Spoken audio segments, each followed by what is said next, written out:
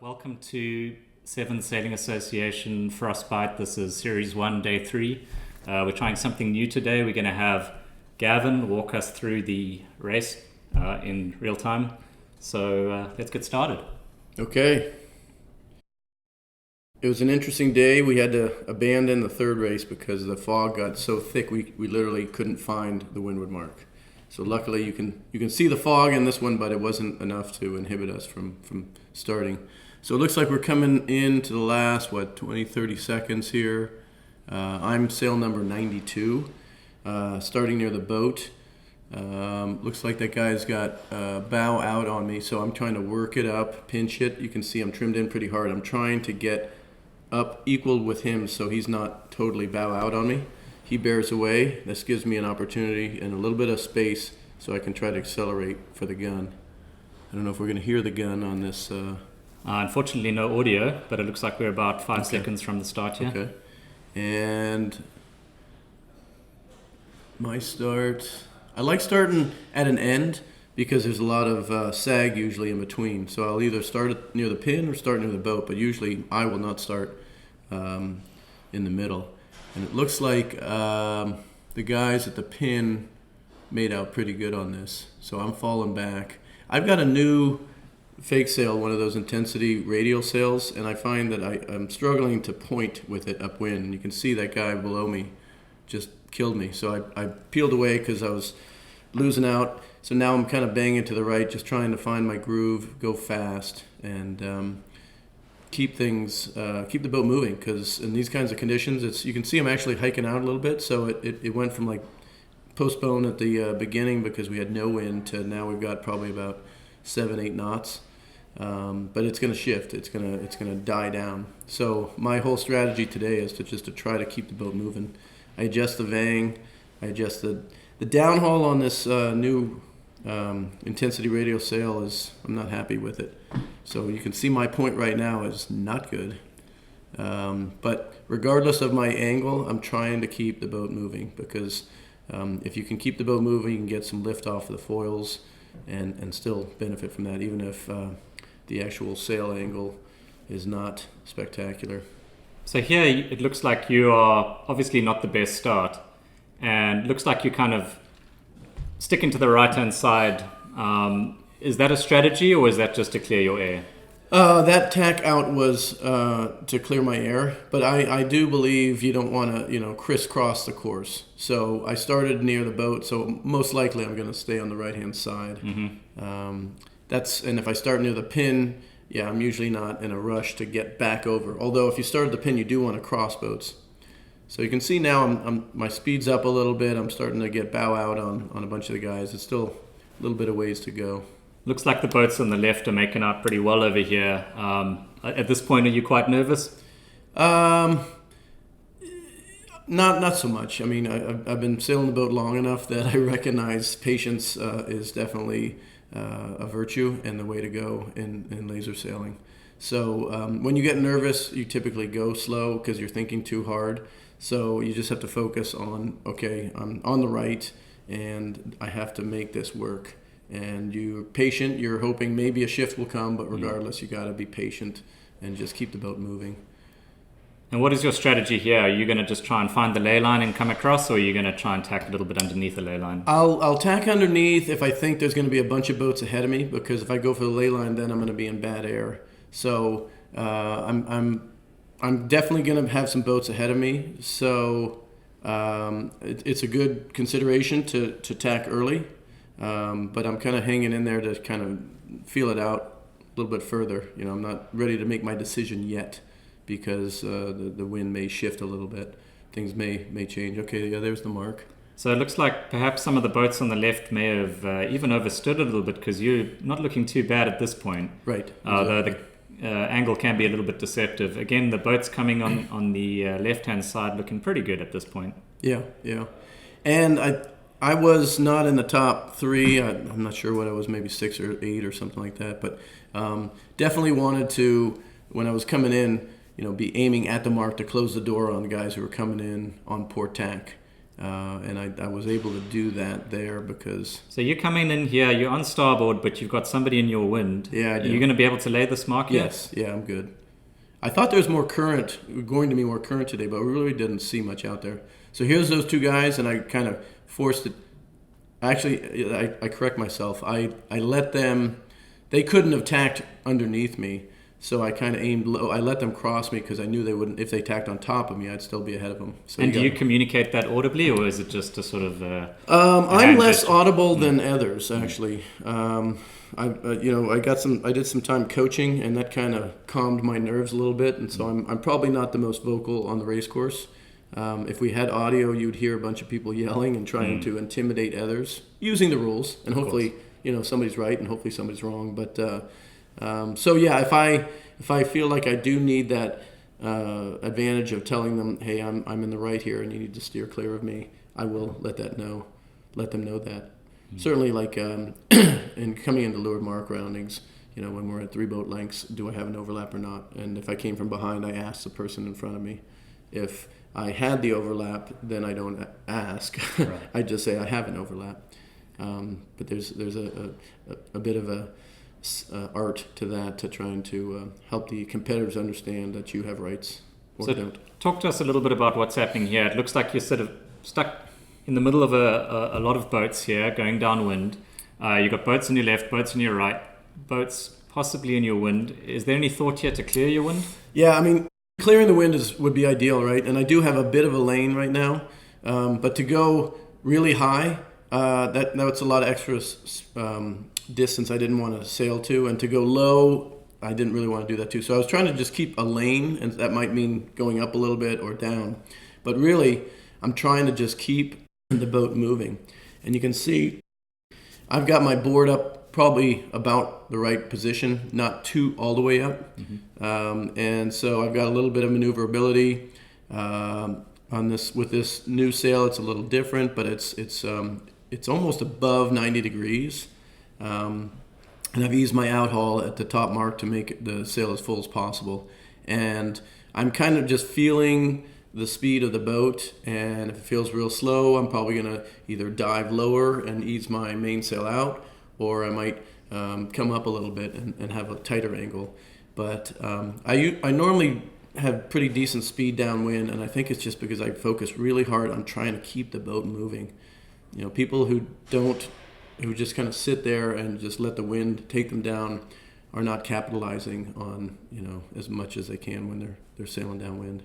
We just saw a bunch of powerboat shop come through the course here, and looks like slowed down some of the other sailors quite a lot. What is your strategy in a situation like this when you see some big waves coming through and the wind is a little bit light? Yeah, if it's downwind, then what I'm going to do is I'm going to either I'm going to have a heel on the boat, either windward heel or leeward heel. So and based on the angle of the waves, it's either going to be windward or leeward, but it's going to be one or the other, because I don't want to go in with a flat boat. That's definitely slow. Upwind, or downwind as well, but upwind sometimes I may, if the wave is big, I may tack for it and use it as something to, well, maybe not surf because it's so light wind, but use it to push me as opposed to stop me. So yeah, waves are definitely a consideration. And if you're going to go low, steer low for those waves. Let's just talk about that jibe there. I try not to steer too much in the jibe, and I want the rudder to be centerline when I do it. So that means you're using a little bit of rudder, but you're kind of using the weight, and then you're tugging that mainsail across. When I was coaching at Navy, I'd see people do big turns and jibes, and it was slow. You're giving up extra distance. So take a look at yourself next time you watch film and see how big your angle is on a jibe. You can benefit from that. So here we're on the second half of the downwind. The committee boat is stationed halfway down the downwind leg. Looks like you're setting up. You did that jibe. You're now on port. Looks like you're setting up potentially for an inside mark rounding. Is that what your thinking is at this point? Yeah, exactly.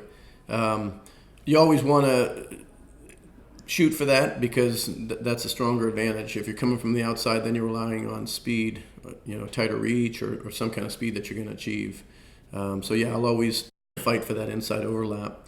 But I won't, in a big fleet like today, I won't. If I'm next to somebody who I know is going to spend a lot of time fighting and going the wrong way and extra distance, I won't necessarily do that. I'll just say, okay, we'll work on this the next leg, as opposed to giving up a lot of space on the boats behind you.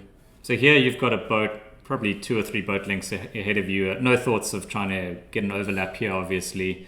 What are your thoughts on the boats behind you when you around? What is your immediate thought when you get around that mark? What am I, 4th here? I think. I'm sorry. A bit deeper than that. I think about 7th. Yeah, there it is. Yeah. Okay. So yeah, unfortunately, I wanted to have a good rounding. I didn't want to be in the bad air of that USA in front of me. So, and I ended up doing that. So I took a little wider and tighter rounding so that I would not be in his bad air. And you'll see that the USA boat is in the bad air of the boat in front of him. So if I wanted to get him to fall back, I would keep hanging there. And I did for a while, and he fell back a little bit. But then I thought, okay, I want to break free here and see if I can get some speed up going. The final beat seemed to be fairly square, so it wasn't like I wanted to go left or I wanted to go right. What I did want to do is just have clear air and be going fast. The boats behind me, yeah, sure, I wanted to beat them, but I was really thinking more about trying to catch up to the guys in front. If I was in that 3rd or 4th place, which I thought I was, that's when I might do what I call a double tack at the leeward mark. You do a tack, and then the guys immediately ahead of you will follow you, and then you do another tack, and they go, I don't want to do 2 tacks, so they don't follow you on the second tack. And then you're going back to the right, and they're not, and you've separated from them. So you're trying to get some leverage somehow on the guys ahead of you. And like I said, I wasn't really thinking about the guys behind me. It's a fairly short final beat, so I'm not going to there's not the opportunity to take a flyer and bang a corner per se. I mean, it's a pretty short final beat. Yeah, we can see the leading boats coming up to the finish now. Looks like maybe a little bit more wind on the right there. They seem to have done quite well on you on the final beat here. Yeah, but the brown boat that was just behind me, I think he stayed behind me. So the leaders got a little bit ahead. They got a gainer, but the guy that was behind me, he didn't catch me. So there's risk in every decision and every move, and I separated from the leaders, but I thought that was a good risk decision. There's a chance I could catch a different shift on the other side and catch them, or more breeze. So talk us through now. These boats are coming through the finish line now. What is their strategy here? How do they make sure they stay ahead of the boats behind them? Well, if it looks like the finish line, the pin end is a little bit favored. Okay, the committee boat is more upwind, so you should be figuring that out. Certainly on the top third of the final beat. Where do you want to start? What is the shortest distance to the finish line? And so if you're ahead, you're obviously going to continue to try to go to the closest part of the finish line so that you don't give up extra space and let those guys behind you catch up. So here you are coming in on port. No boats are around, so kind of stress-free finish for you here. And as you say, you're finishing on the pin, the favored end. Yeah, exactly. Yeah, and so if there's always decisions whether you want to cover somebody who's right next to you. You don't want to have too much risk letting them get leverage on you. Yeah. And the closer you get into the finish line area, that's when you're really being hard. You may want to tack hard on a guy to give them bad air or make them tack away, or to cover them where you're protecting them and they cannot get ahead of you. So here we have 2 boats coming in on starboard on the pin side. Looks like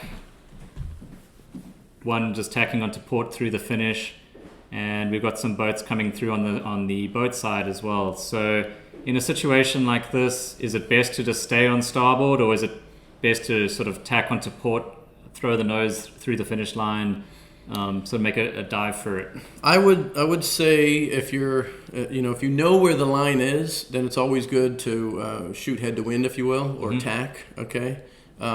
But if you're in the middle of the line, you may not know exactly where it is. So shooting the line could backfire quite badly. Could backfire, yeah, because you're slowing yourself down. Yeah. Right. So kind of like my starting tactics, I like to start near an end, finishing for shooting the line, I'll typically try to do that near an end because I just don't know if I'm there or not. Good. Well, it looks like most of the top half of the fleet is finished now. Just a couple of stragglers coming through the mist here, and boats. There you are, waiting around for the next start. So. And we got the start in, but the mist, as you call it, the fog has increased. You can see the visibility is getting worse, and it continues to get worse. So unfortunately, this was the last race of the day. They did not manage to complete the last race. So, well, thank you, Gavin. Yeah, thank you for your insights. We look forward to having you back on the show in future weeks. Thank you very much.